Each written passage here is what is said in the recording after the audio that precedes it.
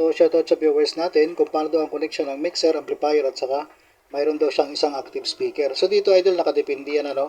Kung ang purpose ng idol ay mixer para sa ating active speaker, pero ang purpose naman itong ating amplifier gagamitin para sa ating passive speaker, so bukod yung ating active speaker. So kung halimbawa idol wala kayong gagamitin na passive speaker dito, tapos sa active speaker lang dito sa ating mixer, pag RCA input or katulad lang din itong input ng ating active speaker, dito sa katulad nito, yung ating amplifier na to, so ito ang connector na gagawin lang natin. Halimbawa, itong main output na to gagamitin natin sa ating active speaker, papunta na ito ngayon sa ating active speaker. So yan lang ang magiging connection natin. Hindi na natin kailangan ng amplifier kapag mayroon tayong active speaker. Pero ang purpose nyo idol, kung halimbawa gagamit kayo ng isang amplifier para naman sa inyong passive speaker, so may nakalagay tayo dito, isang speaker sa bawat channel, ano, left and right channel, meron tayong passive speaker dyan. So kung itong main output gagamitin natin sa ating amplifier na katulad nito, ito na magiging connection natin sa ating mixer to amplifier. So sa mga viewers natin na nagtatanong paano daw ang connection ng single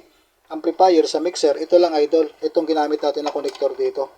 Ito, dual mono TS to dual male RCA. So output lang tayo dito sa ating left and right output ng ating mixer, papunta na ngayon dito sa ating audio input ng ating amplifier. Ayan siya. So ginamit natin yung main output natin dito para sa ating amplifier na gagamit tayo ng dalawang passive speaker. So kung mayroon pa kayong isang active speaker idol na gagamitin dito o mag-additional kayo, so kung mayroon tayong mixer, mas okay na dito tayo mag-connect ng ating active speaker. Dahil dito, makokontrol na natin yan ng sabay dito sa ating connection na to. So itong phone at saka auxiliary idol, pwede natin pagpilian yan. Pero ang pinagkaiba ng ating auxiliary dito, nakabukod yung volume ng ating auxiliary, hindi katulad yung naka-phone na to, konektado ito sa ating main output.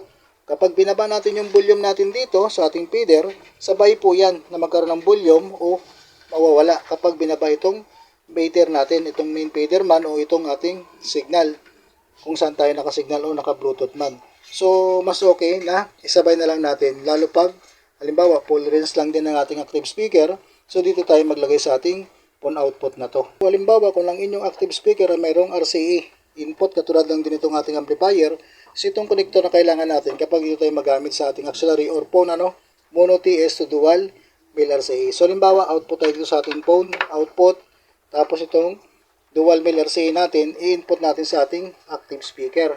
So, ang volume naman dito, idol, sa ating mixer, kapag naka-volume itong ating main volume, dapat naka-volume itong phone natin. Kung nakapix na tayo dyan, okay na tayo sa signal dito sa ating phone output na to, kapag binaba nating main feeder na to, dalawang ating output dito at saka phone output, sabay po mawawala, sabay po magkakaroon dahil sa iisang control sila, ano. So yan ang purpose, kaya phone output ang mas okay gamitin natin kapag mayroon tayong active speaker, kapag full range lang din. Pero kung ang balak natin ay gagawing pang sub o active subwoofer, pwede dito sa ating auxiliary i-connect o i-output.